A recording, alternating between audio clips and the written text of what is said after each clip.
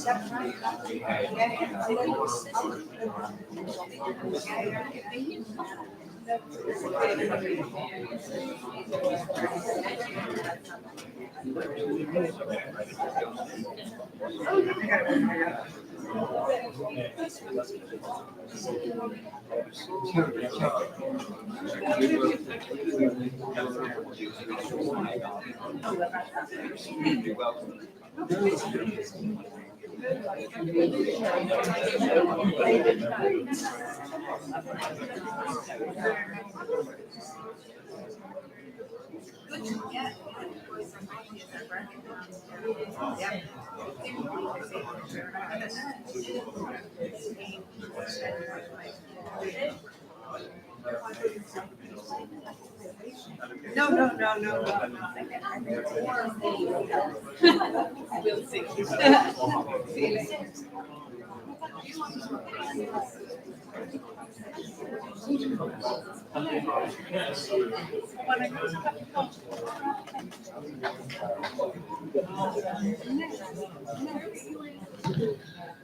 Καλησπέρα.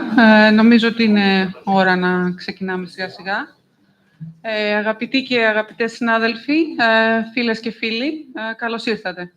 Καλωσορίζουμε τόσο εσάς που παρευρίσκεστε φυσικοί, ενσώματοι, όπως συνηθίζεται να λέγεται τελευταία, την παρουσία στην αίθουσα μαζί μας, όσο και εκείνους και εκείνες που παρακολουθούν εκ του μακρόθεν διαδικτυακά τη σημερινή μας διάλεξη.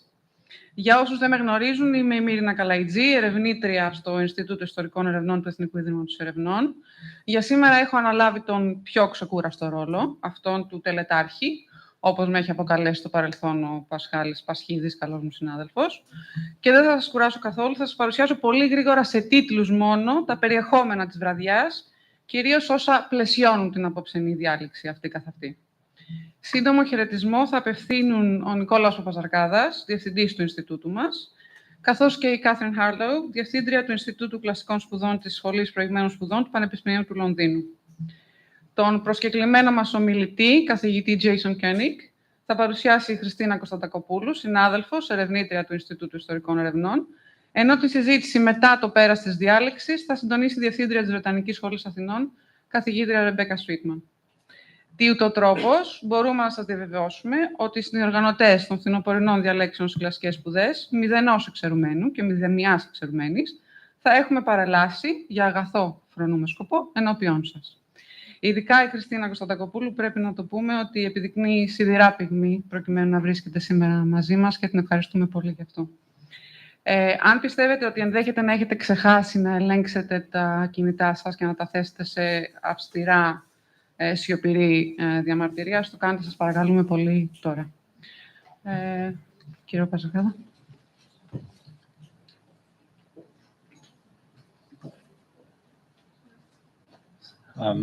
Ladies and gentlemen, good evening and welcome to the annual Autumn Lecture in Classics that is co-organized by the Institute of Historical Research, the British School at Athens and the Institute of Classical Studies of the University of London. Although this is an English-speaking event, given my role as a director of the Greek Institute, I would like to offer a few words in Greek. However, I would like to reassure our global audience that subsequent speakers will address you in English. Κυρίες και κύριοι, αγαπητές και αγαπητοί συνάδελφοι, καλησπέρα σας και σας καλωσορίζω στην ετήσια φθινοπορεινή διάλεξη κλασικών σπουδών που συνδιοργανώνουν ο τομέας ελληνικής και ρωμαϊκής αρχαιότητας του Ινστιτούτου Ιστορικών Ερευνών του Εθνικού Ιδρύματος Ερευνών, η Βρετανική Σχολή Αθηνών και το Ινστιτούτο Κλασικών Σπουδών του Πανεπιστημίου του Λονδίνου. Η εκδήλωση επιστρέφει μετά από διάλειμμα 2 ετών.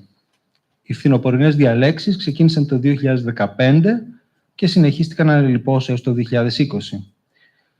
Η σύντομη εκείνη πρώτη περίοδος βρήκε τις δύο εμπλεκόμενες χώρες, το Ηνωμένο Βασίλειο και την Ελλάδα, να αντιμετωπίζουν διαφορετικού τύπου οικονομικοπολιτικές κρίσεις και τελικώς να πλήττονται και οι δύο, όπως και ολόκληρος ο πλανήτης άλλωστε, από τη μεγάλη πανδημία του κορονοϊού του 2020, μια κρίση που επηρέασε και τις φθινοπορεινές διαλέξεις, ευτυχώς μόνο πρόσκαιρα από ό,τι φαίνεται.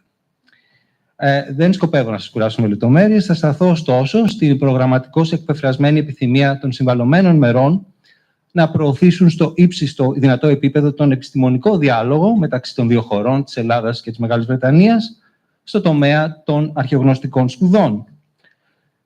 Η επιθυμία αυτή, διατυπωμένη και στο νέο μνημόνιο συνεργασίας, που ανοίγει έναν καινούριο κύκλο διαλέξεων αρχής γενομένης με την απόψινή εκδήλωση, στηρίζεται σε μια παλαιότατη παράδοση πολιτιστικών επαφών και ουσιαστικής διάδρασης, που ανάγεται ήδη στους παλαιούς Βρετανούς περιηγητές του 19ου αιώνα. Θα ακούσουμε περισσότερα για αυτούς, φαντάζομαι, αργότερα από τον ομιλητή μας.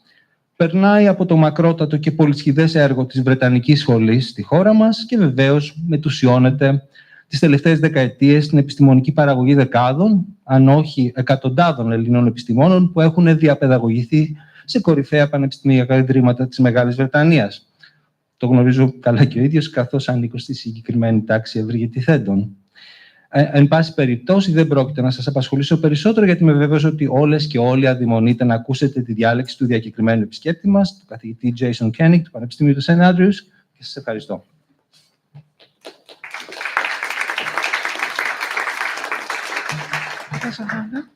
Please take the floor.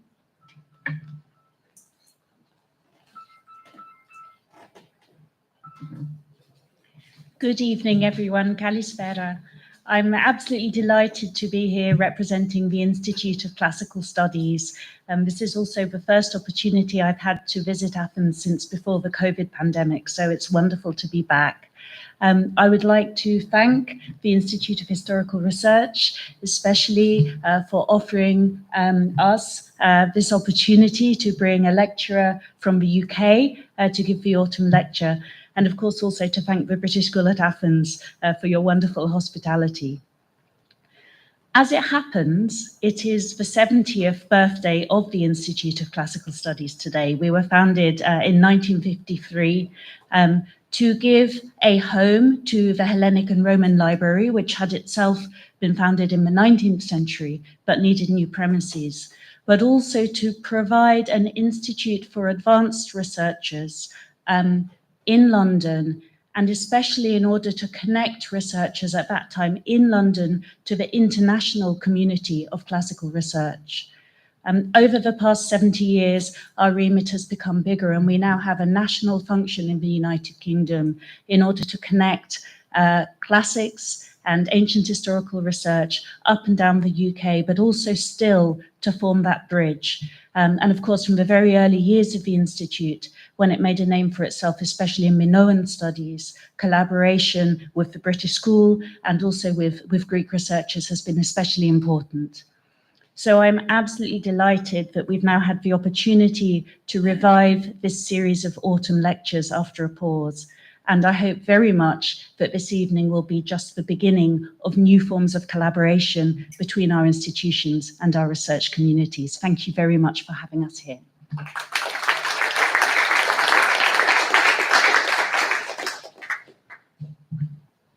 Και τώρα η κυρία Χριστίνα Κωνσταντοκοπούλου θα εγκαταλείψει την ιδιότητα της φωτογράφου και μας παρουσιάσει την ομιλία. Γεια σας, καλησπέρα και από μένα. I am very happy to be able to present to you our very esteemed speaker, Jason König, who is Professor of Classics in St. Andrews. I will present shortly his work so far and his research interests. The research that Jason has done over the years focus on the Greek literature and culture of the Roman Empire, with emphasis on specific authors such as Dio, Chrysostom, Plutarch, Lucian, Pausanias, and so on, as well as hagiography. Within that context, he's particularly interested in placing literary texts within the broader historical and cultural context of production. And in that sense, he sits at the crossroads between classics and ancient history. The product of such an approach is a number of monographs.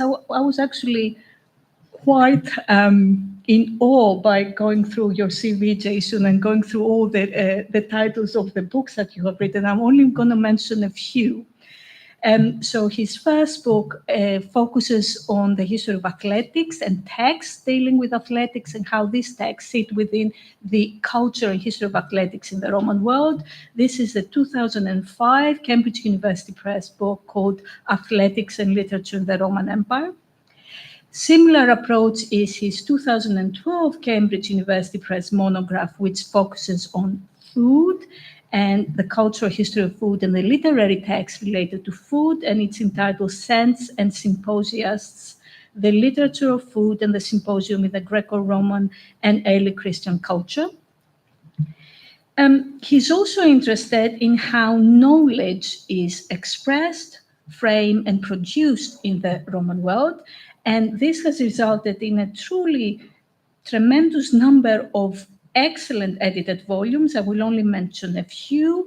The 2007 edited volume with Tim Whitmer's called Ordering Knowledge in the Roman Empire. The 2013 edited volume with Katerina Ekonomopoulou and Greg Wolf, Ancient Libraries. The 2013 edited volume with Greg Wolf and Encyclopedism from Antiquity to Renaissance, and the 2017 edited volume, again with Greg Wolf, Authority and Expertise in Ancient Scientific Culture. His research project is the exploration of ancient landscapes and the environment and the dialectic relationship between humans and environment in imperial Greek culture. In that sense, he has adopted recent turns, methodological turns in the ancient history, disciplines such as the spatial turn and the interplay between cultural history, narrative, and the environment. This has resulted in the prestigious Leverhulme Trust Award between 2017 and 2023, entitled Mountains in the Ancient Literature and Culture and the Post-Classical Reception. Within that project, there have been a number of conferences, volumes, articles, and so on, but I would like to highlight the monograph, The Folds of Olympus, Mountains in Ancient Greek and Roman Culture, published by Princeton University Press in 2022, and the edited volume, Mountain Dialogues from Antiquity to Modernity, published by Bloomsbury in 2021.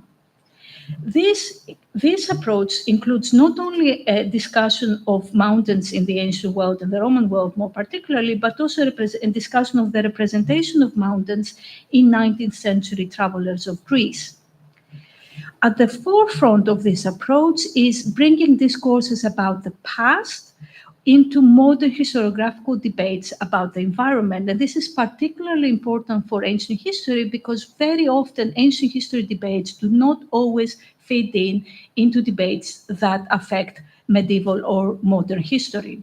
So the view of mountains as crossroads, as areas of wilderness, as mythical spaces, as religious spaces, and as cultural constructs. So it is with great pleasure to welcome Jason to give us this lecture today entitled The Folds of Olympus, Mountains in Ancient Greek Culture and in 19th century travel writing. Thank you very much.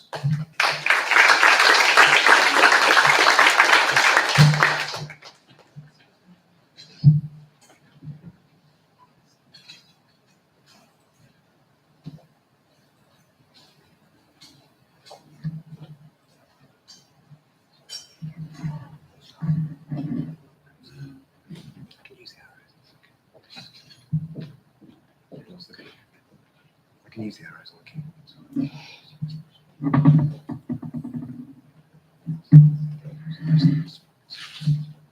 Oh, there's it. Okay.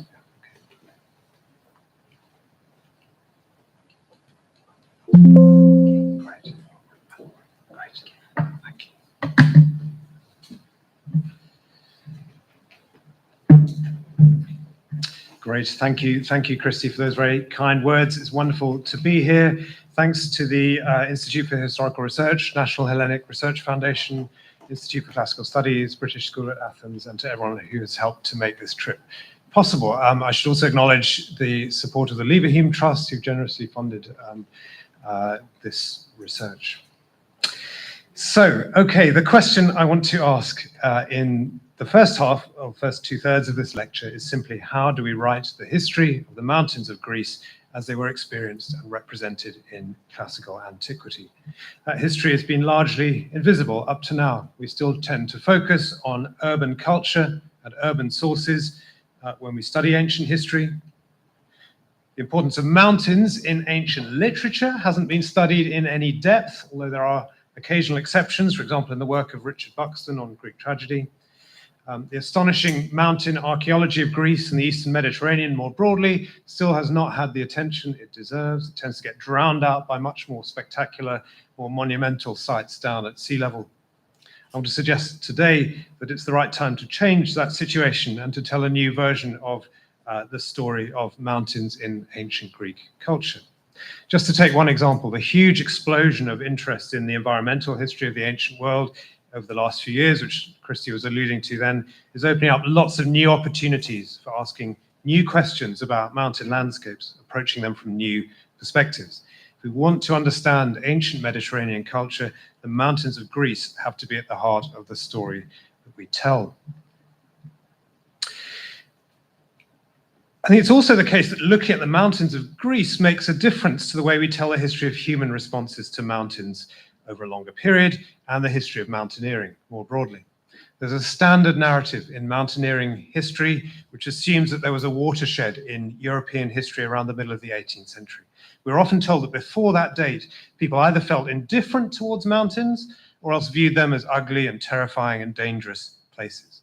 And then, this is the standard story, in a very short period, everything changed with the development of mountaineering as a leisure pursuit, the emergence of new aesthetic categories like the picturesque and the sublime. Nicholson's book here is one very influential version of that argument. You can see a more recent version in Robert Macfarlane's work, which has been a very popular work over the last two decades. But one result of that standard narrative has been an almost complete absence of interest in classical and medieval responses to mountains, not just in Greece, but also more widely. Of course, that standard narrative is a massive oversimplification. You only have to look back to ancient Greek literature to see how much mountains could matter in the pre-modern past. And actually thinking about that narrative was my way into this project. I've always loved mountains. I've done a lot of hiking, climbing, and hill running in my life. I've always loved reading about the history of mountains. And for a long time, it never really occurred to me to join that up with my work as a classicist. But at some point, I just started to notice that the ancient world tends to be missed out of those histories completely. So one of my ambitions has been to bring the ancient world into dialogue with those much later histories of mountains and mountaineering in the modern world. That often involves noticing unexpected continuities between ancient and modern responses, although it's also important to stress that the differences matter too. So the book I published last year that Christy mentioned earlier, The Folds of Olympus, on the right-hand side, is an attempt to reassess the history of mountains in classical antiquity very broadly. It covers a series of different themes, among others, religious engagement with mountains, mountains as objects of vision, mountains and warfare, geographical writing especially, and finally the relationship between mountains and cities. It's part of, as Christy mentioned, part of a bigger project on ancient and modern mountains funded by the Leverhulme Trust. You can explore the project website further if you want to. It's a screenshot there of the front page. I can't possibly cover this whole topic today, of course, but I want to give you a few glimpses of the first and last of the four themes that I've just mentioned. In other words, on ancient mountain religion, and then on the way in which the cities of ancient Greece interacted with their mountains in economic terms. Some of the most important mountains for the story I want to tell are marked on the map here. I would say that there are 5 mountains that play a particularly important role in that story and that I want to come back to again and again. Lycaon, Imitos, Helicon, Parnassos, and Olympus. Maybe 6 if you count Kithyron. I'm interested in how we construct the histories of those mountains, and of course others too, over a very long time scale, right from the archaic period of Greek history into the Roman Empire and late antiquity. And then in the final section of the lecture, I want to jump ahead even further to the 19th century to think about how we would write the history of Greek mountains over an even longer scale. The sources I'm interested in especially are early 19th century travel accounts by Northern European travelers, which I think are important but very much neglected sources for the later history of Greek mountains. I want to look at those same 5 or 6 mountains in the process. That comes out of another strand of the project I mentioned earlier, the left-hand publication here, Mountain Dialogues from Antiquity to Modernity, which looks at the connections, among other things, between ancient and modern mountain writing. So attempt to get some dialogue going between people who work on mountain history in many, many different periods from antiquity into the 21st century. Finally, I need to be honest right from the start that there are gaps in my own knowledge. No one person can chart the history of such a huge topic from end to end. What I know about is ancient Greek literature, particularly imperial, late antique literature. I'm not an archaeologist, or I spend a lot of time reading and thinking about archaeology. I also can't claim to be an expert on the mountains of Greece in the present. I come to Greece as often as I can. I've enjoyed walking in the mountains in Greece, but I can't claim that I know these mountains intimately in the way that I know, for example, the mountains, at least in some parts of Scotland. And I'm sure there are many people in this audience who will know about aspects of the history of these places that I don't know about myself. I hope very much that I can learn from all of you in questions and discussion afterwards. Writing a full history of the mountains of Greece could only ever be a collaborative effort. I'm interested especially in the question of how we can think about mountains today, not just as places of leisure, not just as places in need of environmental preservation, but also as places of history, places whose heritage needs to be preserved and protected, and places where we can encounter mountain heritage and mountain history through the experience of visiting and exploring these landscapes in the present. That's an area I'm hoping to work more over the next few years. I'd love to hear from anyone with interest in that area.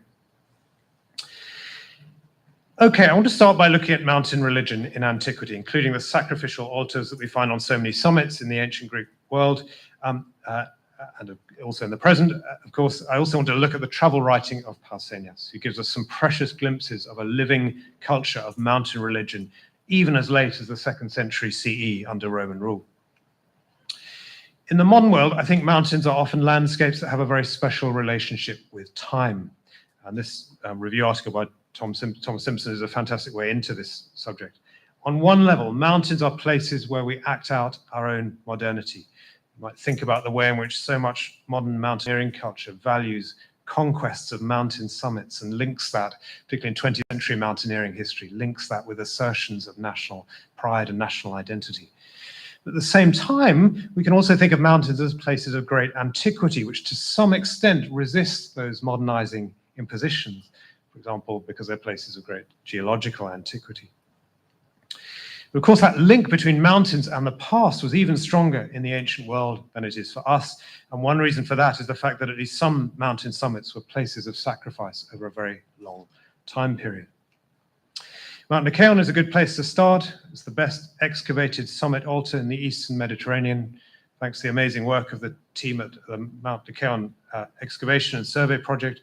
Everything I know about this comes from reading the publications that have come out of that project. Many of you will know about this work already. The very top of the mountain are the remains of the ash altar of Zeus Lycaeus. This is the view from a little below the summit. Scattered around on the grass all over the summit, you see the remains of bone fragments, remains of sacrifice from thousands of years ago. The fabric of the altar contains large amounts of animal bones and pottery, various metal objects used for dedications. The burnt remains date back at least to 1600 BCE. We also find Mycenaean drinking vessels, even pottery fragments dating back to the Neolithic period. So it doesn't take much to see that this was a place of great antiquity. When the people of the surrounding cities came up to this summit to sacrifice, they were standing in a place where others had stood before them for many generations, even millennia, and presumably they had a sense of that. It's quite different from the dominant fantasy of modern mountaineering, which is about the individual standing in a place where no one has stood before, and the motif of the first summiting. On Mount Lycaon and elsewhere, some of this changes over time. As we go into the Hellenistic period, the evidence for mountaintop sacrifice tends to diminish right across the Greek world, although with some variations and exceptions that I'll come on to in a moment. In some cases, as on Mount Lycaon, the focus for religious activity shifts down the mountainside. In that case, with the expansion of the athletic and hippic festival of the Lycaea, which was held a few hundred meters below the summit. So you can see there the stadium. There's a view from the summit looking down. You can see the stadium there on the right-hand corner of the shot there. The hippodrome down there as well. So this was very high up on the mountain slopes that this festival was taking place. And that the festival seems to have flourished more and more as practices of summit sacrifice declined.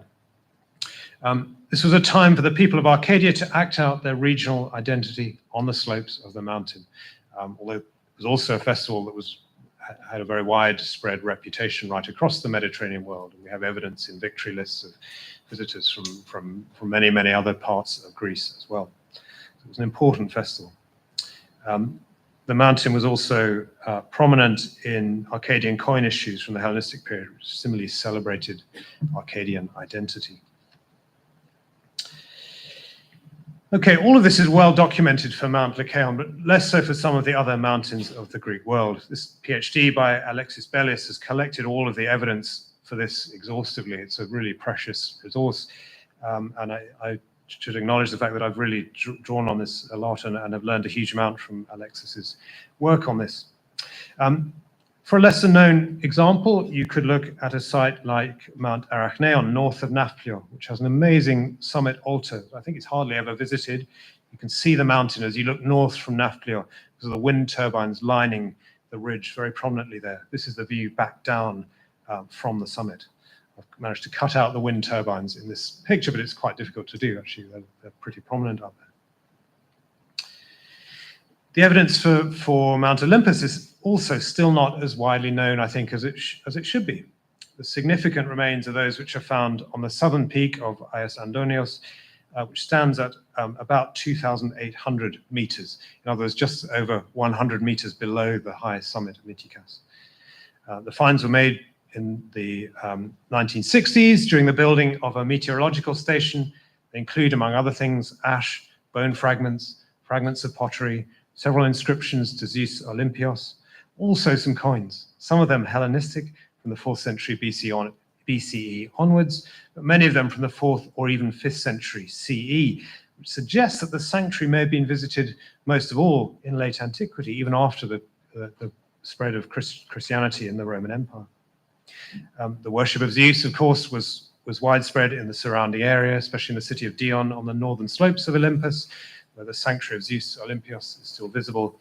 Presumably regular processions of people and animals for sacrifice wound their way up from the city to the mountain to sacrifice on the same tracks that are used today. Or you can look at the evidence for the mountains of Attica. Many of you will know more about than I do this, but for example, the sanctuary of Zeus on Mount Imitos, which has been studied by Merle Langdon, and which also sees a fascinating late antique revival in the material evidence at the site, coinciding with the late antique revival in the role of mountains in Attica that Garth Fowden has charted in this important article from 1988.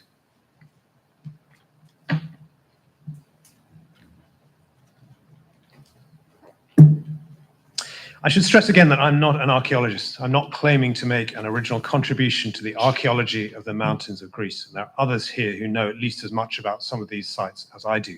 I would love to learn more about very recent or prospective work which is underway or recently completed on mountain sites around Greece.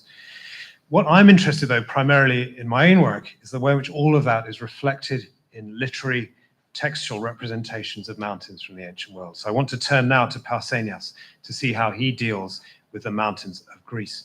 No one seems to have noticed, or very few people, that Pausanias offers us some of the most important evidence for mountain religion in antiquity and for the idea of mountains as places linked with the Greek past, the ancient past. So I expect most people here know this, but Pausanias travels around mainland Greece in the 2nd century CE. He's usually thought of as a very impersonal narrator just because he doesn't use the first person very much, but I think that is quite wrong. Pausanias is obsessed with images of human bodies in contact with the landscapes of Greece. They're just not his own body. but he talks about bodies in contact with landscape over and over again in his work. So this is the map of the 10 books of Pausanias's Periegesis, and I would like to start right in the middle of this in Book 8 in Arcadia. Book 8, perhaps more than any of the other books of the Periegesis, offers us a traveller's eye view of Greek territory. Here, more frequently than anywhere else in the work, Pausanias does use phrases in the first person. He's generally reluctant to do that. Even in the Arcadia books, they're not ubiquitous, but they're much more common here, interestingly, than elsewhere. I think that might be partly because of the sense of mountains as places of tactile personal engagement. He also repeatedly uses third-person phrases which suggest the perspective of the traveller. Someone who travels along such and such a road will see this. As we read on, we are regularly invited to envisage mountains as landmarks on the road, as boundary markers between the territories of different cities. Pausanias also lists tombs, shrines, mountain shrines, statues on mountain sites and mountain summits. He tells us, for example, the first of these passages, on the territory of Orchomenos, on the left of the road from Anchisae, there is on the slope of the mountain a sanctuary of Artemis Hymnia, which is shared by the cities of Mantinea and Orchomenos. In the third passage here, he mentions a temple and a statue of Korean Artemis on a mountain summit near to the city of Clytor. And then in the middle passage, beyond the tomb of Aipitos is the highest mountain in Arcadia, Kylene, and here is a ruined temple of Kylenian Hermes on the summit of the mountain. It describes a very old statue of Hermes there, 3 meters high, made of juniper wood. I'd love to think that statue is still up there. I'd love to find it. Clearly, there is a culture of religious tourism of some kind lying behind these descriptions. It's hard to reconstruct completely. We cannot know for sure how many of these places Pausanias went to himself, but I think he probably went to quite a few of them. Did he climb to the summit ridge of Mount Kylene? It's quite high up. It's about 2,400 meters above sea level. Did he go there to see the statue for himself, or was he relying on written information or local informants? He describes the shrine of Hermes on Kylene as ruined, but that need not necessarily imply neglect. For Pausanias, the site in ruins seems often to have been more powerful as a marker of the way in which the past stands tantalizingly out of reach for an observer in the present. Statues made of wood often have a special significance for Pausanias as statues that are linked with the very, very distant past, the earliest days of Greek history. So Pausanias offers us precious evidence of mountain shrines and statues right across southern mainland Greece. Are these passages just antiquarian records of old buildings and old stories, or does Pausanias represent the sites he visits as numinous, powerful places, divine places in any sense? So for the most part, his writing does have an antiquarian quality. He's interested in recording old rituals, stories from myth and history. He often takes a skeptical, rationalizing approach to stories of divine presence. But every so often, he is willing to accept reports of miraculous happenings. And it's striking that these moments in the narrative tend to happen on mountains, which have a reputation as particularly mysterious or numinous places. So towards the end of Book 8, for example, to go back to where we were a moment ago, Pausanias visits Mount Lycaon. His account of the mountain includes all the usual ingredients: stories about the mythical past, sacred places dotted around, not just on the summit itself, but elsewhere on the slopes lower down. But in some respects, his description of Mount Lycaon stands out from the rest of the book, because it suggests that this may be a place which even now sees divine or supernatural happenings. He tells us that no one is allowed to enter the temenos of Zeus on the summit. Anyone who does so will be dead within a year. No creature within the temenos casts a shadow on the ground, or in that case, he hedges his bets a little bit with the phrase, kai tade eti elegetor, these things too were told. So often Pausanias is skeptical about divine happenings. There seems to be something about this place, the summit of this mountain, and the antiquity of Arcadia generally, that makes him more inclined to accept these ancient reports of divine intervention as reliable. So this is quite a famous passage in Pausanias' studies, but the thing that I think that hasn't been so much discussed is the fact that it has a mountain setting. I think that's part of a significant pattern here. So, okay, book 9, we see something quite different. This is the book on Boeotian. Here, Pausanias shuts out any kind of possibility of supernatural happenings, often quite surprisingly or ostentatiously. So the mountains of book 9 are much more exclusively human places. And I think we only see that contrast if we're reading both books together from end to end. So that applies to Mount Kithaeron, for example. For Pausanias, it is a place of ritual. Book 9 includes one of our most important and extensive surviving descriptions of mountaintop sacrifice. In Pausanias' account of the festival of the Daedala, which he tells us was celebrated regularly on the summit of Kithaeron by the city of Plataea. No one has ever, as far as I know, reported remains of an altar on the summit of Kithaeron, but this passage nevertheless gives us one of the most vivid surviving descriptions of what a mountaintop sacrifice and procession might have been like, especially the way it could join together city and mountain.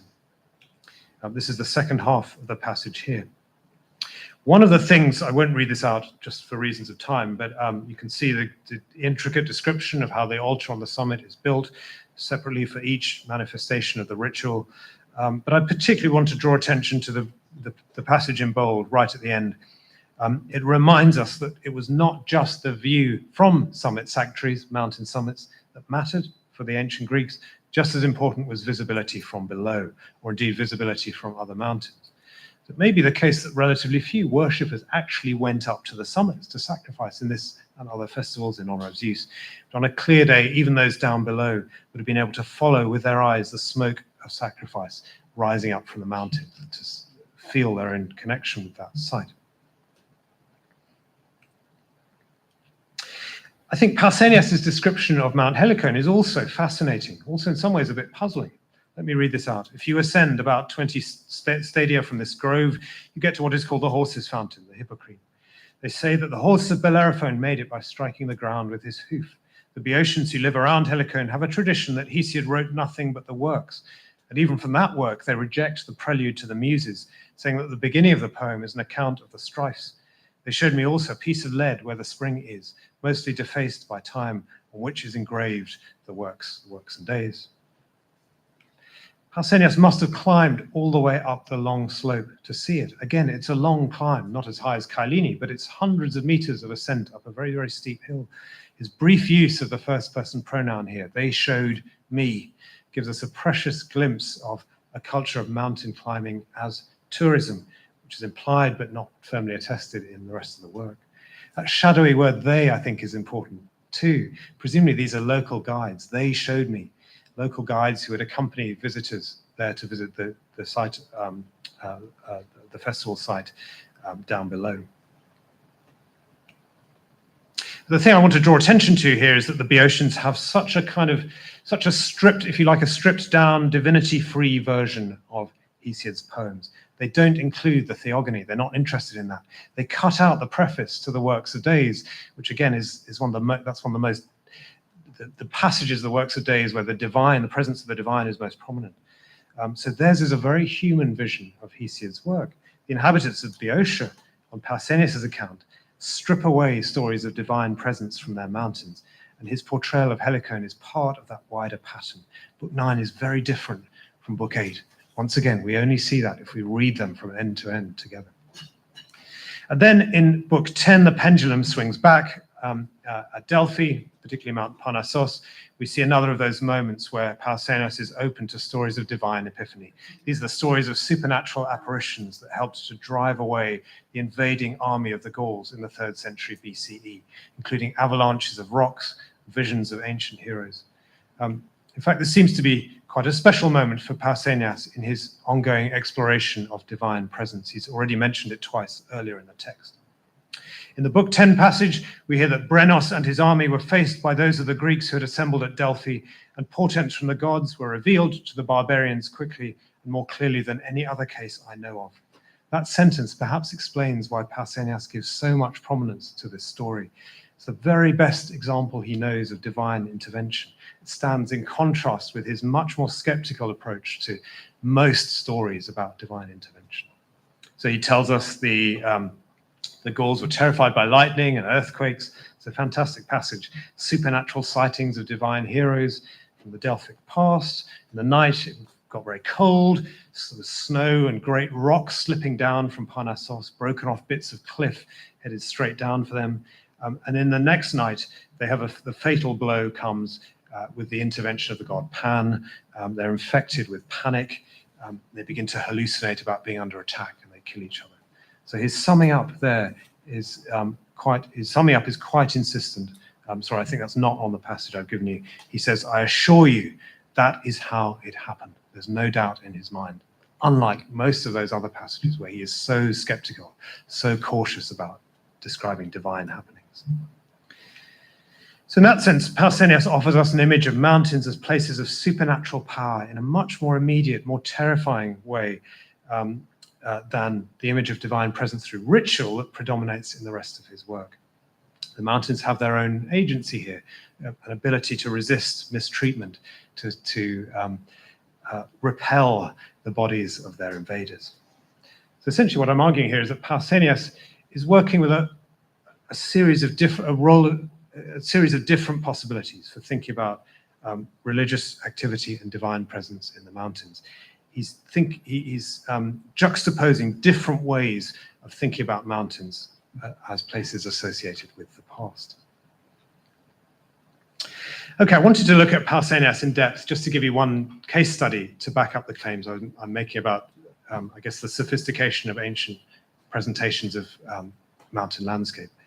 Pausanias' portrayal of mountains is complex. I guess that's what I want to say above all. We can't sum it up easily.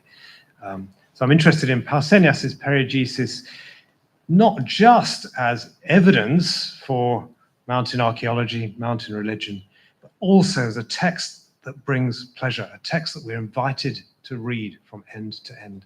And it's a text that gives us a very distinctive vision of the Greek landscape and the Greek past. Okay, second case study now. Much more briefly, I want to move on to a different but related set of themes in looking at the way in which mountains were portrayed as places of work and places of habitation, places of economic significance in classical antiquity. We tend to think of mountains as wilderness places, perhaps especially ancient mountains. And of course, many ancient texts do give that kind of impression. But in fact, that assumption conceals a very widespread reality where mountains could be closely intertwined with urban culture, not least because of their economic importance. You might think about pastoral activity in the mountains, timber collecting, charcoal burning, mining, many other areas of activity too. For many modern readers, there's a tendency to think of mountains as barriers, places of isolation that blocked communication.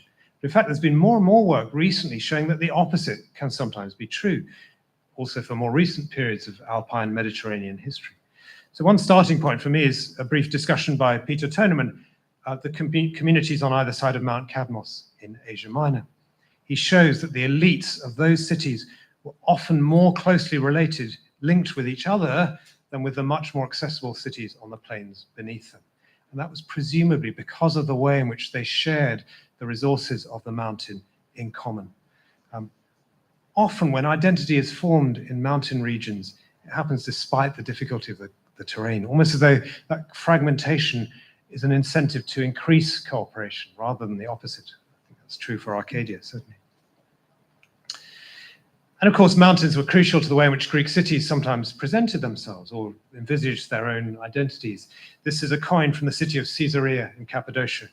It depicts Mount Argaios, which is a huge volcanic mountain that stands up out of the plain in central Turkey. It's the single most represented mountain in the ancient world. In other words, the mountain for which we have the largest number of surviving visual images. It appears on hundreds and hundreds of coins from that city.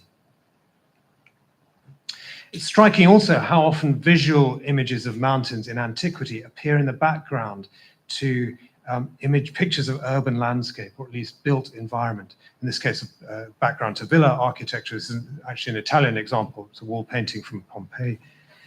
So it's often said that the idea of mountains as beautiful objects is a distinctively modern one. That's not right at all. There are lots and lots of examples in ancient literature of mountains described as beautiful. It's really interesting that a large proportion of those are in the rhetorical tradition of speeches in praise of cities. It's another sign of the importance of this link, this interest in celebrating the connections between mountains and the communities they're close to. You might think also about pastoralism as well, and pastoralists who were much more entangled with the economic and cultural life of ancient cities than we would guess from some of our elite sources. Pastoral activity was heavily regulated by the cities. We've got inscriptions recording agreements for the flocks of one city to pass through the territory of another. Cities entered into agreement for the use of each other's pastures. Common pasture land could sometimes be shared under a formal agreement between two or more cities. One fragmentary inscription, which I've given you here from the city of Thebes in the Maeander Valley in Asia Minor, makes the connection between pastoral activity and city culture clear with remarkable vividness. It's a sacrificial calendar from the 4th century BCE, describing the offerings to be made by shepherds and goat herds from Mount Mycale to a set of local deities, including the mountain itself. Again, Peter Toneman, among others, has written about this text very well. So this ritual seems to have been partly an attempt by the city to assert its control over disputed mountain territory, perhaps also to assert control over the pastoralists themselves, bringing them within the control of the city, so that they play a key role in the city's identity through these public rituals. Okay, once again, I'm interested not just in the history of mountains, but also in the way they're presented in ancient literary texts. And within that part of the project, one of the things I've been looking at is the way in which texts from many different genres often hold two different models of mountain identity side by side with each other. On the one hand, the image of mountains as wilderness spaces outside human culture. But on the other hand, mountains under the control of individual cities and open to economic exploitation. To give you one very obvious example, you might think about the Iliad. Although maybe in this case it's better to see three separate strands. First, the mythical divine space of Mount Olympus, then Mount Ida in the Iliad, where we see a much more human vision. The mountain there is intertwined with the economy and the identity of the city of Troy. We hear about the Trojans going up to the mountain for economic reasons. And then finally, the third strand, the mountains of the similes, with their much more threatening representation of mountain landscape, where human culture is drowned out by the forces of nature. The poem weaves together those three different kinds of thinking about mountains and asks us to measure them up against each other. But the text I want to talk about at more length today is Dio Chrysostom's Euboean oration. Many of you will know this text already. It dates from around 100 CE. It's a work in two halves. The first half is a narrative in the first person. Dio describes how he was shipwrecked on Evia, how he received hospitality there from a rustic hunter and his family who live and hunt in the mountains. In the course of Dio's stay, the hunter recounts his experience of a trip to the city to answer demands for money, taxation effectively. And then in the second half of the work, Dio changes direction quite abruptly to talk about the difficulties faced by the urban poor. So he's contrasting their experience of urban poverty contrasted with the rustic poverty of the hunter. So the mountains of Evia are represented by Dio in this work as spaces that are far removed from the culture of the city. But he also shows how they are under threat from the people in the city who want to take control over them, want to make them economically productive. So it's a text that prefigures, in quite startling ways, contemporary worries about the threat to mountain spaces and mountain communities from urban development. One of the things we get is an idealized picture of the hunter's home on the mountainside. It's very, very unusual in ancient literature as a sympathetic, positive portrayal of a mountain community and mountain people. Much more often, mountain peoples are denigrated as primitive and warlike. Here's a typical example from Hippocrates. Mountain people are likely to have large figures, large bodies, effectively well adapted to suffering and courage. Natures of this kind have not a little wildness and savagery. That kind of commentary is everywhere in ancient literature. So Dio is very, very unusual. He's very sympathetic to mountain communities. Astonishingly, this is only one of only two ancient Greek texts that mentions the practice of transhumance. In other words, the practice of bringing flocks up from the plains into the mountain pastures in the summer. The other text is Sophocles' Oedipus the King. It's a sign of just how invisible how undervalued mountain life and the mountain economy tends to be, at least in some ancient elite texts. So quite early in the text, the hunter tells Dio the story of his trip to the city. He makes it clear, it's only the second time he's ever been to the city. And he makes it clear that it's hard for him to understand what he is seeing there. The city is a completely alien landscape to him. The city dwellers, in turn, find it equally hard to understand the hunter and his perspective. The hunter's brought in front of a big crowd. It's clearly the city's assembly. He's accused of taking over public property. The crowd becomes angry. The slide gives you a glimpse of the absurd accusations that are made against him, completely exaggerated and preposterous accusations. Eventually, a second speaker gets up to defend the hunter, and he manages to sway the crowd in his favor. He comes up with a proposal. I'll read this out. Let these men have the land free for 10 years, he says. And after that period, let them agree to pay a small portion from their produce, but nothing from their cattle. If any alien takes up land, let him likewise pay nothing for the first 5 years, but after that, twice as much as the citizens. And let any alien who shall put 50 acres under cultivation be made a citizen, in order to encourage as many as possible. So what I want to draw attention to here is the fact that even the hunter's defender seems incapable of throwing off an urban perspective in his response. This is meant to be a positive proposal, sympathetic to the hunter and his family, but it nevertheless still imagines the mountain as a place of economic exploitation, ultimately under the city's control. And of course, mountain wilderness on the edge of a city's territory could indeed have a huge economic importance for the cities down below. We've seen that from the Mount Michele inscription already. So I think this is a fantastic example of the way in which ancient evidence, the ancient literary evidence, does occasionally acknowledge the economic importance of mountain territory for the cities of the Greek world. Although in this case, Dio portrays that view as quite a problematic one, quite a dysfunctional view. It's also another great example of the complexity, the sophistication of portrayals of mountains in ancient literature. We saw earlier how Pausanias oscillates between quite different views of mountains and mountain religion. The same is true for Dio. He gives us two competing visions of mountain wilderness and its relationship with the city, and he invites us to think about their relative value.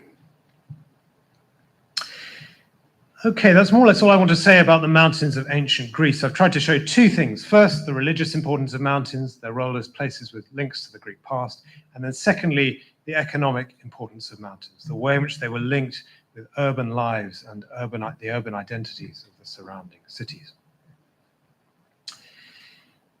What I want to do now, just in the last 10 minutes or so, is to give you a quick glimpse of some of the work I've been doing on mountains in travel writing from 19th century Greece.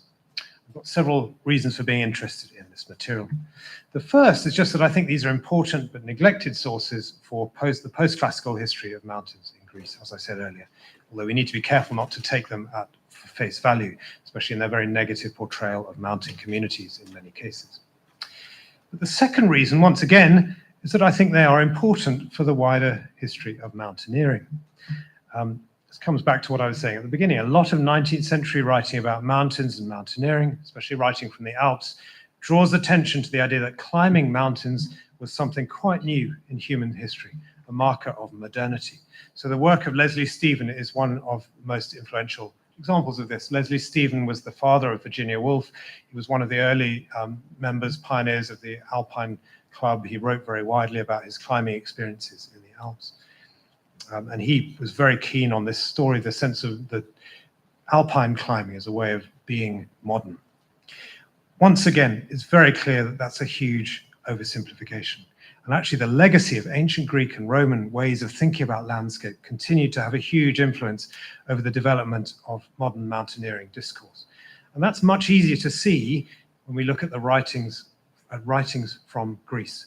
Northern European travelers who write about the mountains of Greece as part of their antiquarian explorations are often drawing on very modern, fashionable language, the language of the picturesque, for example, which was widely associated with Greek landscape. So they're acting out their own modernity, but at the same time, it's clear that they're absolutely immersed in classical learning, constantly referring to classical texts, especially Pausanias. emphasizing the continuities between past and present. So that body of material is the reason why it's important for this history. I think it gives you a very different picture of the relationship between modern and pre-modern ways of thinking about mountains compared with alpine mountaineering writing. And then my third reason for talking about these texts is just that I love reading them. Like Pausanias's work, I think many of these texts are not read from end to end. I think many of them are fascinating and pleasurable to read in ways that haven't always been understood. I'm particularly interested in the work of two writers, Edward Dodwell and also Edward Daniel Clarke. So as many of you will know, Dodwell was an Irish traveller born in 1767. He travelled in Greece between 1801 and 1806. And his travel account was published in 1819 in 2 volumes with the title A Classical and Topographical Tour Through Greece. He was an artist. His paintings have had quite a lot of attention. There's been a couple of high-profile exhibitions recently. I think his writing has not had the attention it deserves. Second, Edward Daniel Clarke, an English traveller and scholar, more or less contemporary with Dodwell, born in 1769. He travelled in Scandinavia, Russia, Ukraine, Turkey, Egypt, and Greece between 1799 and 1803. He collected vast volumes of antiquities and geological specimens in the process. His travels were published in 6 volumes in the 1810s. He often writes very negatively about the populations he comes across, especially Russians, but also many of the populations peoples he interacts with in Greece. Well, it's striking that he also gives a very positive portrayal of the Albanian population of Greece, many of whom live in the mountains. I don't think anyone has really noticed, or with one exception, which I'll mention in a moment, anyone has really noticed before that these are very important texts for the history of mountains and even mountaineering in the 19th century. The same goes for many other travelers from Greece in this period. I want to emphasize one thing above all, and that's the way in which these authors too, like many of the ancient Greek writers we saw earlier, repeatedly represent the mountains of Greece as places that have a very special link with the Greek past. So in most of their writing, they're down at sea level. They get distracted regularly from their attention to antiquarian activities. Among other things, they talk a lot about the challenges of day-to-day travel. But as soon as they climb up to mountain summits, they seem to see the history of classical Greece revealed before their eyes much more clearly. It's also striking that they're often interested in precisely the same mountains that are prominent as landscapes of the past in our ancient sources. So, for example, Lycaon, Imitos, Helicon, Kithyron, Parnassos. Olympus less so, actually, maybe partly because Olympus is missing from Pausanias's account too. I should acknowledge here the work of Veronica de la Doris is the one exception I mentioned earlier, who's done really some pioneering work in starting to explore that phenomenon. Also, more broadly, writing about the history of Greek mountains from the classical past right into the 20th century, not least in a fantastic book on Mount Athos. There's a lot more work to do, I think. Just to start you off, again, I'm afraid I'm not going to have time to read through this, but this gives you a fairly conventional example of what I'm talking about. This is from the work of a different traveller, Thomas Smart Hughes, published in 1820. This is his account of the view from the Acropolis of Larissa in Argos. From the mountain, he sees the classical past before his eyes much more clearly than down below. He talks there about the majestic summits of Arcadian Kyllene, the parent of the Grecian lyre, and so on and so on. It's a fairly standard version of the kind of thing I'm talking about.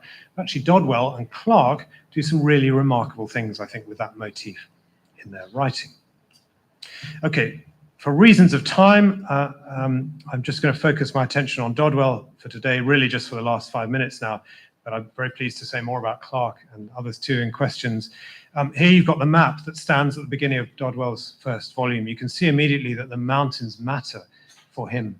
They stand out from the land around them almost like a skeleton, I think. It's an amazing image, even by the standards of 19th century cartography. The mountains are very, very prominent here.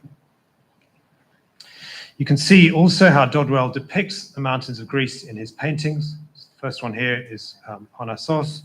The second one is Olympus. The text that introduces this picture in the 1821 volume mentions a number of Homeric and Hesiodic adjectives for the mountain, including the phrases like snowy, having many ridges, having many glens. the painting seems to illustrate precisely those characteristics, not least in this, you see the snow obviously on the summit, but also this amazing texture of the mountain itself, that folded texture of the mountain and its foothills, depicted with remarkable precision. So I think the image is linked to that text, it's linked with the classical past through that textual commentary. But for my last examples, I want to focus on two of the other mountains I've been looking at already, Lycaon and Initos, both of which are important for Dodwell, also for Clark and others. I'll be very brief on Mount Lycaon first of all. His visit to Mount Lycaon is the culmination of a whole series of encounters with bandits in the mountains. In some cases, Dodwell views them as a distraction. He sees the bandits, the fighting that's going on around him, as a distraction from his antiquarian interests. For example, at one point, he's up on the summit of Mount Ithome above Mycenae. He's sketching, he's trying to do one of his paintings, talking about the antiquities, and suddenly a gun battle erupts, and his helpers have to persuade him to come down. He's very reluctant to put down his, he goes around with a special umbrella that he carries around with him to shade him while he's painting. He refuses initially to come down, but eventually he is persuaded. So in that case, bandits are a distraction. But there are other passages where he seems to see the bandits he comes across almost as remnants of some very ancient classical past. That's in line, I think, with the way in which mountain populations are often viewed as having a very ancient, sometimes almost primitive character in classical literature, and of course even in the present, even in 20th century mountain writing, for example, in the Himalayas. Here's an example. He spends a lot of time on the summit of Mount Lycaon. He admires the view. As so often, he seems to see that the view from the summit seems to open up for him a very vivid image of the classical past. But the moment that really interests me is this one. This is on his way up to the summit of the mountain. In one of these passes, he says, we found a human head, which from the state of preservation appeared not to have been cut off more than 2 days. From the tonsure of the hair, it was evidently an Albanian Christian. It had the appearance of a beardless youth with a fine physiognomy. It had no wound except some bruises, caused perhaps by its having been thrown down the rocks at some distance from the place where it was severed from the body. Dodwell explains that the bandits cut off the heads of their fallen comrades in order to prevent the Turks from carrying them off and using them to claim reward. The point I want to make is just that this really gruesome passage is one of many severed heads in Dodwell's text. All of the others are the heads of classical statues. Over and over again, he comes across the heads of statues scattered around on the land of Greece as he travels. In other words, I think Dodwell is using this image to present the real-life conflict that is playing out on the slopes of Mount Lycaon and throughout the Peloponnese as a kind of relic in itself of the classical past. And then my second and last example is from Mount Initos. This comes towards the end of volume 1.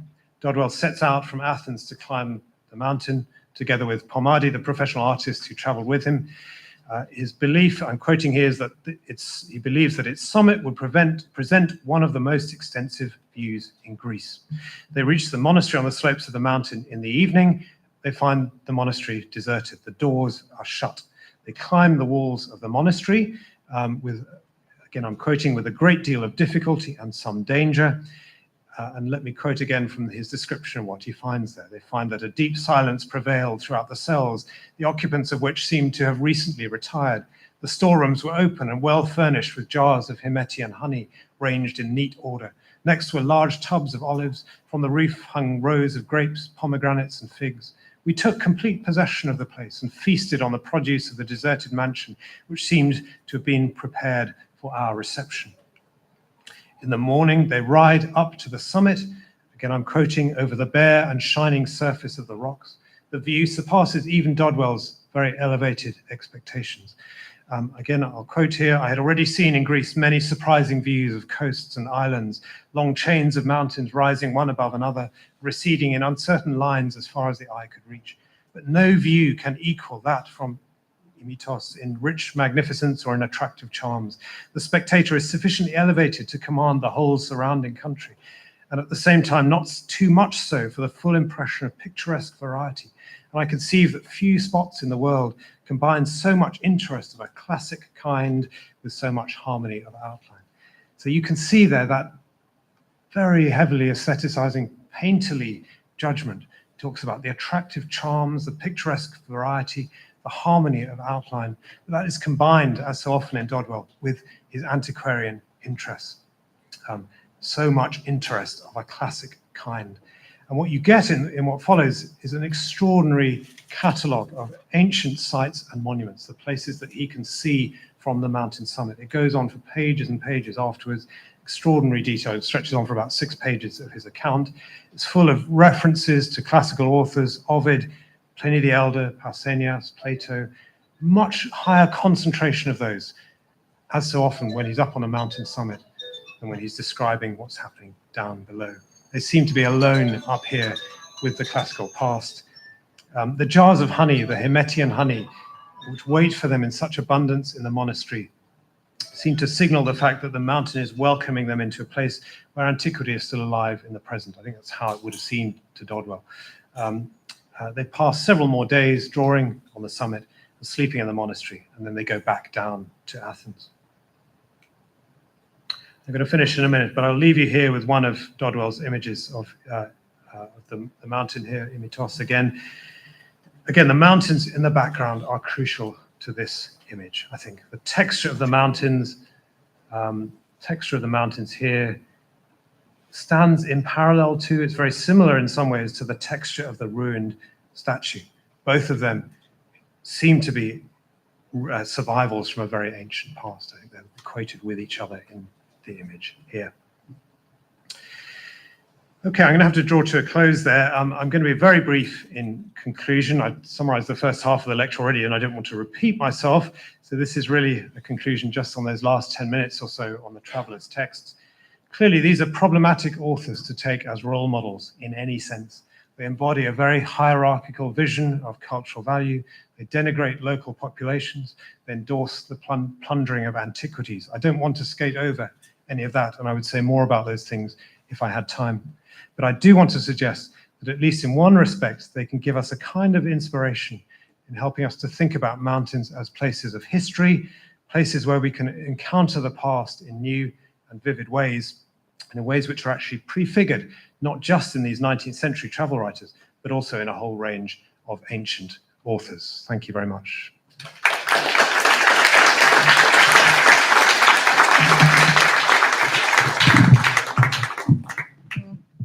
Thank you very much for this wonderful lecture and this save for the part with the head, refreshing hike up Greek mountains and the many aspects and many different representations across time.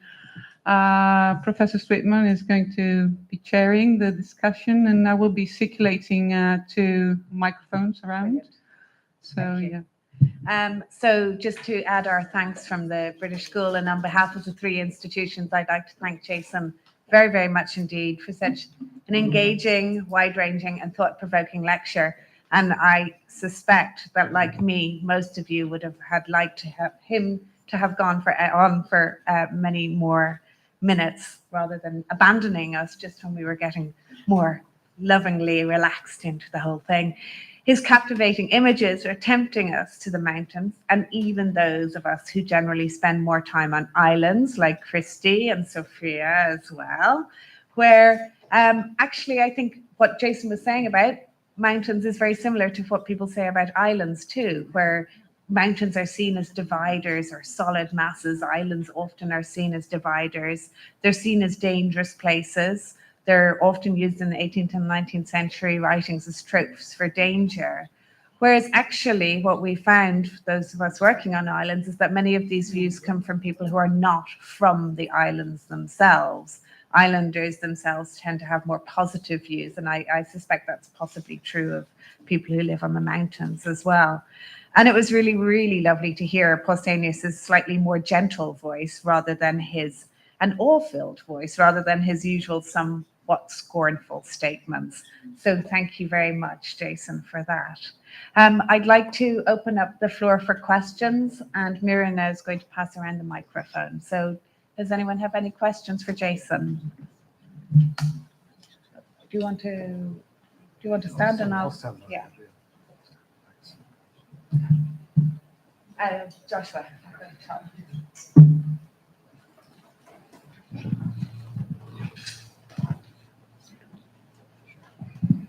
Hi. Okay. Thanks so much for that. I was really interested in that last example you had of Dodwell and his observation of mountains as places from which you can see, other important landmarks. This is really timely for me. I was actually on top of Mount Lycaon yesterday, and I was impressed by how you could see the Temple of Apollo, Epikurios, and how much it's a motif in ancient literature that mountains are places where you have a better opportunity to perceive yourself as part of a wider community or wider world. Yeah, thank you. That's absolutely right. I mean, I think several things to say there. I think there is something quite special in ancient literature too about that view from Mount Lycaon in particular. I think I didn't necessarily say this, but one of the really striking things about Pausanias' account there is that he describes the view. He does it in a very, very kind of in a throwaway fashion, very, very briefly. But it's extraordinary to see even that degree of first-person description of a view from a mountaintop. So I think Mount Lycaon was special, but also typical in all sorts of ways. And yeah, interconnectivity, I think, must be absolutely crucial.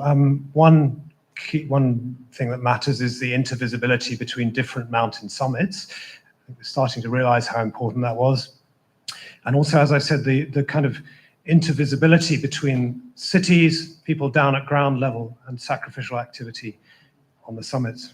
So there's been some extraordinary work by Christina Williamson recently on one of the mountains in northern Turkey near to the city of Amasya. And what she has demonstrated using a kind of viewshed, a computer-generated viewshed analysis, she demonstrates that the territory which could see the smoke of sacrifice at its highest level corresponds to an extraordinary degree with the territory on whose behalf the sacrifice was being offered. That's obviously only one example, one case study, but it's a really startling illustration of how important that was. They couldn't see the mountain summit, many of these places.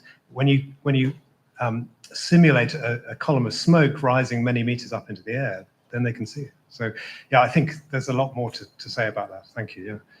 Thanks so much. Yeah, it just reminds me of that scene at the beginning of Agamemnon, where the beacons from the signaling the victory. Yeah. That's right. Yeah, thanks. Yeah, and that actually, I mean, that's mentioned in some of the modern traveller sources. The passage from Thomas Smart Hughes mentions that as well. Thank you. Is there another question? Oh, up the front here. Coming.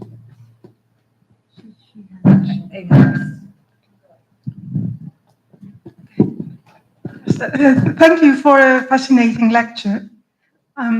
Since you're trying to link ancient and modern perspectives on mountains, yes, this is what you're doing, especially the 19th century.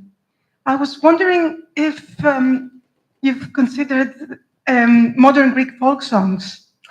They were being collected in the 19th century for Yale, and other people were doing that. They were probably current at the time when your travelers were going around Greece, looking at these mountains, thinking about these mountains. So these folk songs are full of stories and pictures of mountains, personifications, people living on them, and all these classic songs and all that.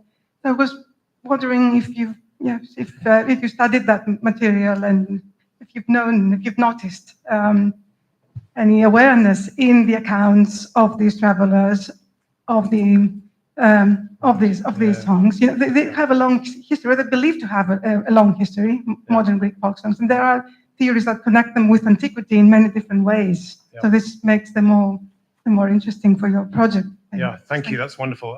The short answer is no, I haven't spent very much time dimly aware of these things, but that's exactly the kind of thing I'd like to learn more of. And I'm very much aware that in reading these travelers' texts, you have to make a jump to see any kind of reflection of a local perspective in these texts. There are traces of that, and particularly the other author I mentioned, Edward Daniel Clarke, has a few amazing passages where there's particularly one passage where he's staying with an Albanian family near to the site of the Battle of Plataea, and he's drawing on their what seems to be a kind of local knowledge of the ancient battle site. There's no mention of folk songs in particular there, but you do get little glimpses of how even these very elitist travelers might have been distantly aware of those marginal voices. But no, I mean, it's exactly the kind of thing I would love to learn more about, and I'm very much aware there's a big story to tell. Others are better qualified to tell about particularly Greek perspectives on mountains, also back into much earlier periods, into the medieval world as well. So yeah, thank you. There's another question. Yeah, thanks, Mary.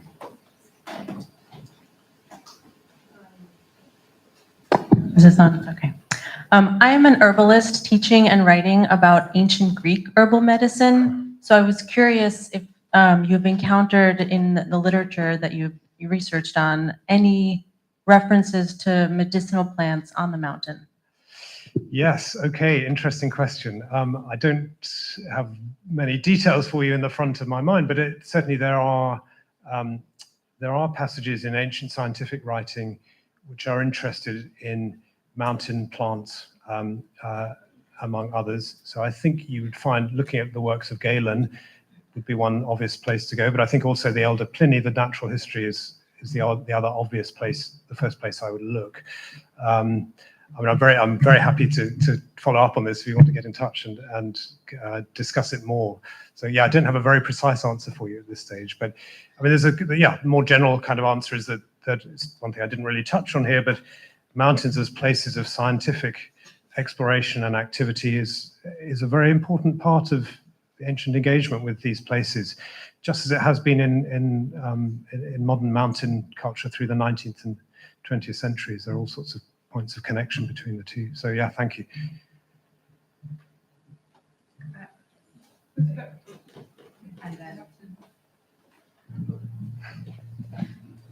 Thank you. You mentioned that there was a turning point because before in Western culture, mountains they are rather negatively considered. But as you showed, in ancient Greek culture it was different because in ancient Greek culture, mountains they are rather well valued. I think also in Christian culture, mountains they are not negatively considered because, for example, in Mountain Sinai is the place where man encounter God. So my question is, where do you think comes from the negative point of view of mountains in Western culture? Maybe it comes from a rather pagan culture in Western Europe. For example, for the mountain of Harz in Middle Germany. Yeah, for example, in the literature, in Faust of Goethe, we can see that the mountain of Harz is obsessed by witches. I don't know the history of that mountain particularly well, but yeah, it's an interesting question. I mean, I think I would say, I wouldn't want to say that the idea of mountains as dangerous or terrifying places is absent in classical Greek and Roman culture. I think the important point is that you have lots of different strands side by side with each other. So you have positive vision and more negative ways of representing mountains. So yeah, you do find ancient texts where mountains are terrifying and frightening places. Of course, that's right, as they must have been in practice. I wouldn't want to minimize that.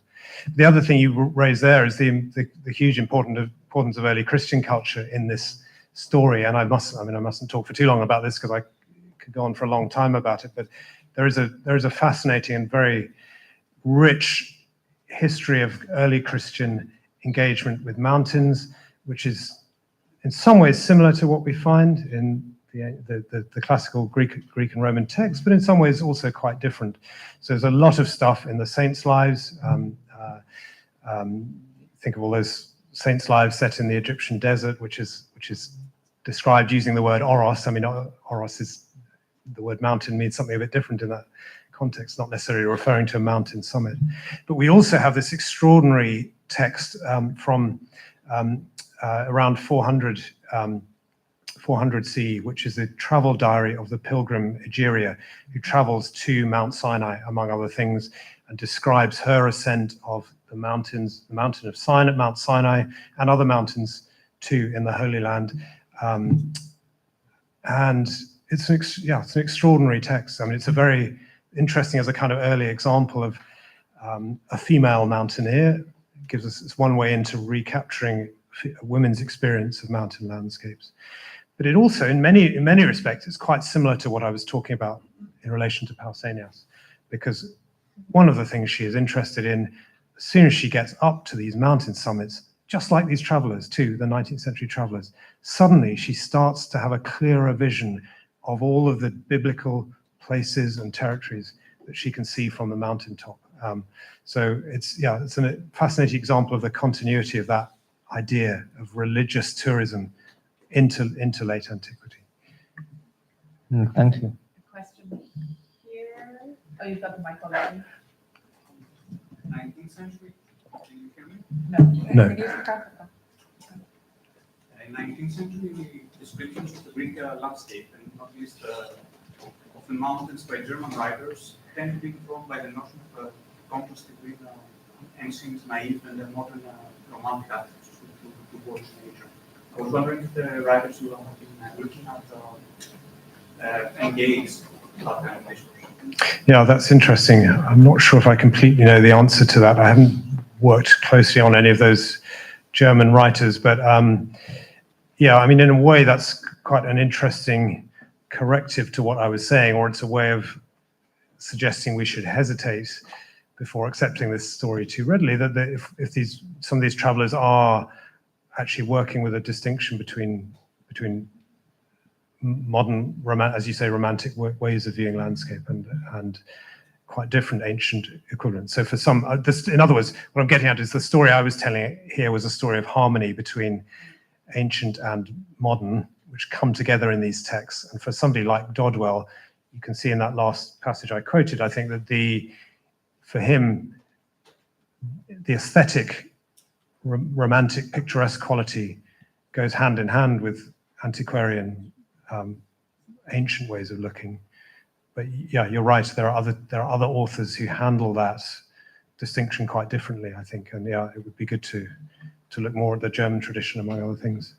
Thanks. Yeah. So we have a question from Catherine and a question from Nico and another question over here, and then we're going to have to let the speaker have a drink of wine.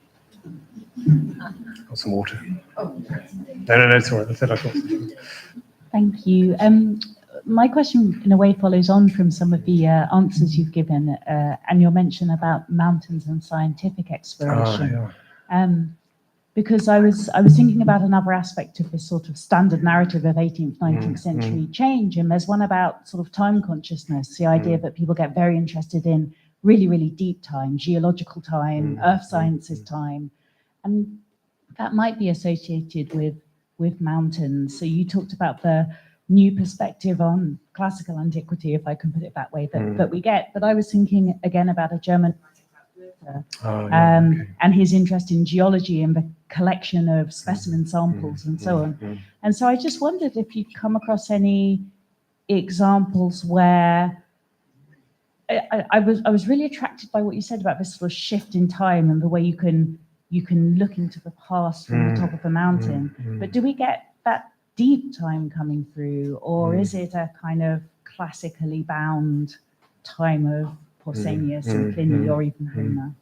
Yeah, we do in some contexts. I think I'd love to talk more about that later. But yeah, I mean, the first place I would look for this is actually again the other author I mentioned, Edward Daniel Clarke, who was I was saying this, explaining this to Rebecca earlier. He was a huge geological. I mean, he was just a vast. He was a big collector, so he collected crates and crates of antiquities and shipped them back to Cambridge.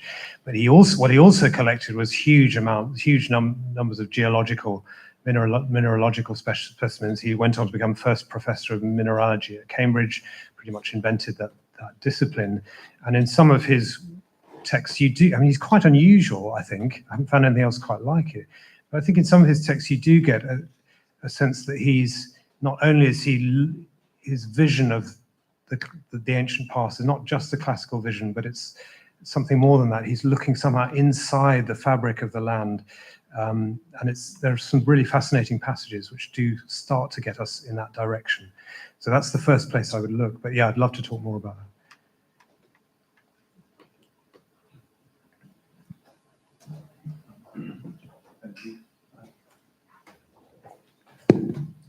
Can you hear me? Yeah. Okay. So thank you. As someone who grew up in the mountain of Pentelia and self-identify as a person from Pentelia rather than from Athens, yeah, just want to mention that, let's say, the wonder that the Acropolis was based on the exploitation of the quarries of Pentelia. Without the Pentelia quarries and the marble quarries, there wouldn't have been the Parthenon and anything there on the Acropolis. But I just want to go back to what was mentioned about German Romanticism and the points of views of German travelers. And I remember a story, Ludwig Hoss was the German-Danish archaeologist and first professor of archaeology at the University of Athens. At some point he goes to Helicon, and of course he's holding Pausanias, and he sees and he describes the horse's hooves on the ground and how great it is. And then, a bit self-aware and very critical, he says, "Oh God, I hope that this place is not discovered by these hosts of second-rate poets who come here and write god-awful poetry." And this is happening in the early 1830s. I don't know if anything of the sort happens with British travelers, but yeah, I don't remember any passage like that, but that's wonderful. I'm very much aware that I'm just, in a way, I'm still in the early days of exploring this vast corpus of travelers' texts. I think if we take them seriously as texts that we really need to read from end to end if we want to understand them. It's a big job. So the German material I haven't explored at any great length, and I clearly must do that. I'm very grateful for that. So I'll certainly go and have a look at that passage. That sounds fantastic. And yeah, the first comment too is wonderful. Thank you. I was looking. We did a little workshop in the BSA today. I was just talking there about, among other things, about Elias Aristides' Panathinaikos, his praise of the city of Athens. And there are fantastic images of that in that text, of the interconnectedness of the Attic landscape with the city itself. There's a sense of harmony and interconnection. And one of the images he uses is the image of the mountains themselves actually coming inside the city through the fabric of the marble, which is used as an architectural basis for the city. So that would be one nice ancient parallel for that image. Yeah, yeah. We have another question here.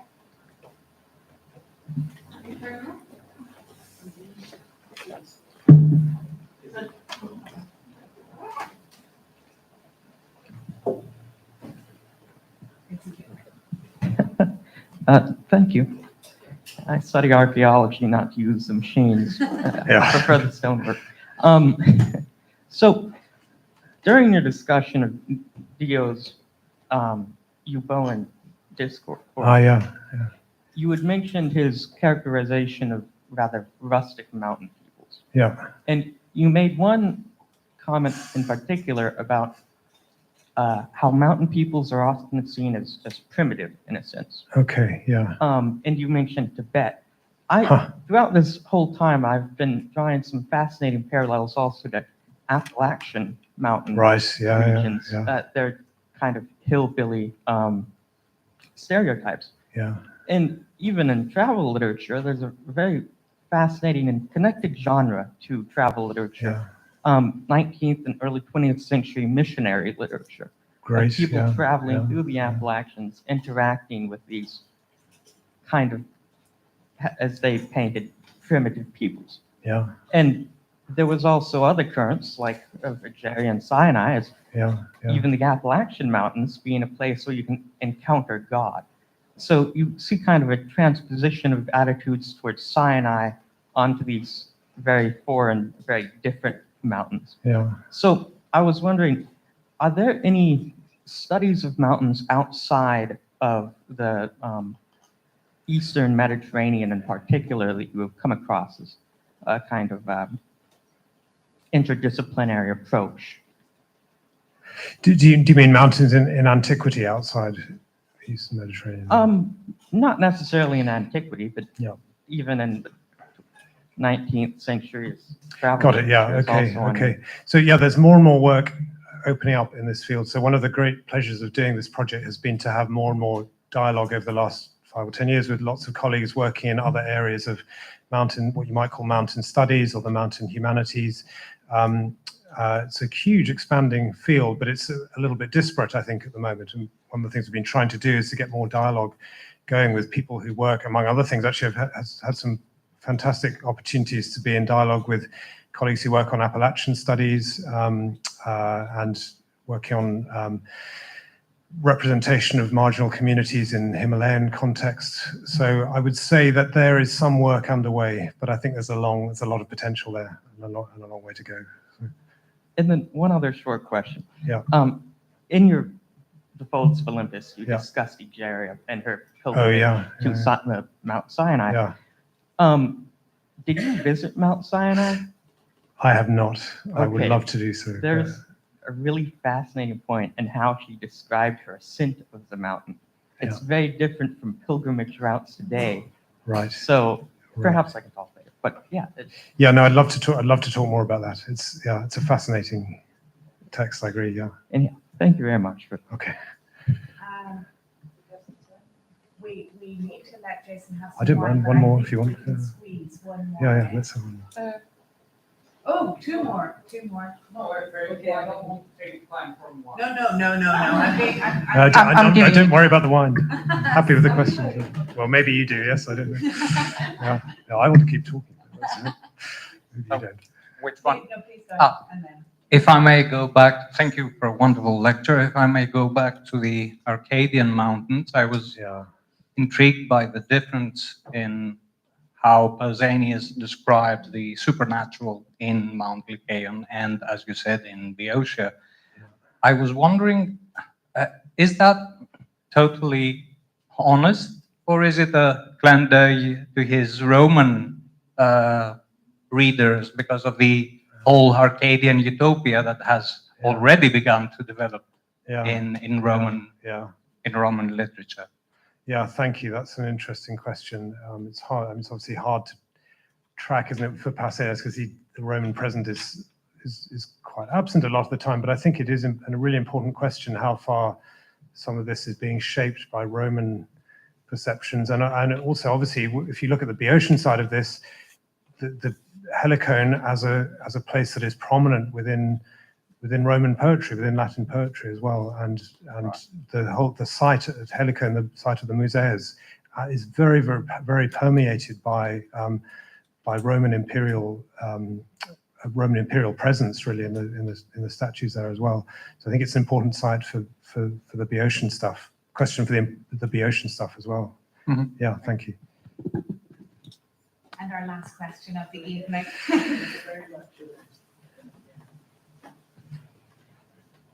Thank you very much for this very interesting lecture, Jason. And I know you said this is not an archaeological lecture, you're not an archaeologist, but I was quite intrigued by something that you mentioned very briefly. And this is about these the summit sanctuaries of Zeus mainly, which we have in various mountains.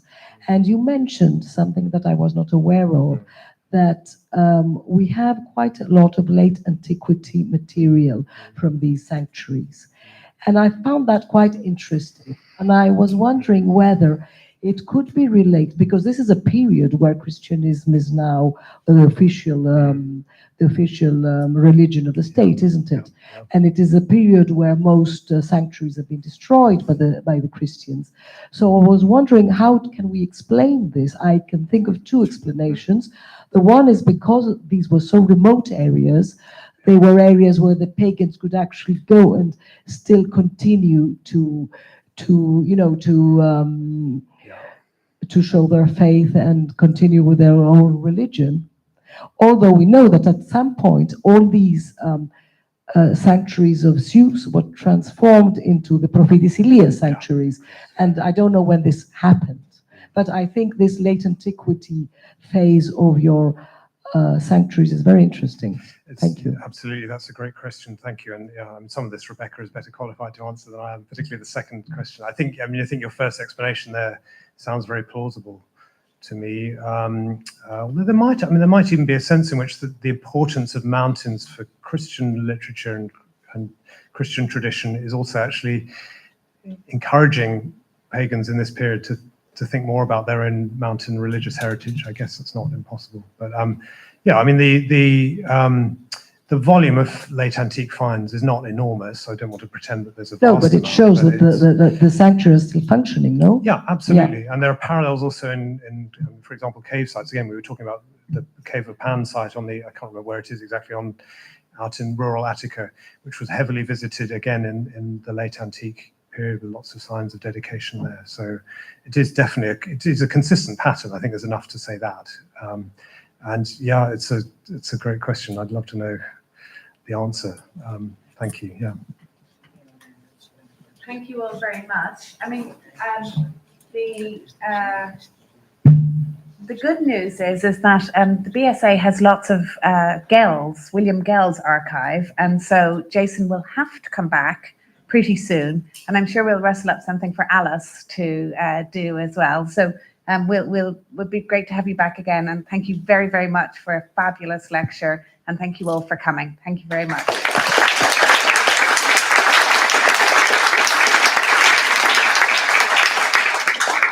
And the children can come too, or not, depending on what Alice and Jason think. So I'm sure that Mirna would like to invite you for a glass of wine. And on Rebecca behalf of the and Catherine and Institute. Christy and all of us. Yeah, please join us for a glass of wine. That's fine.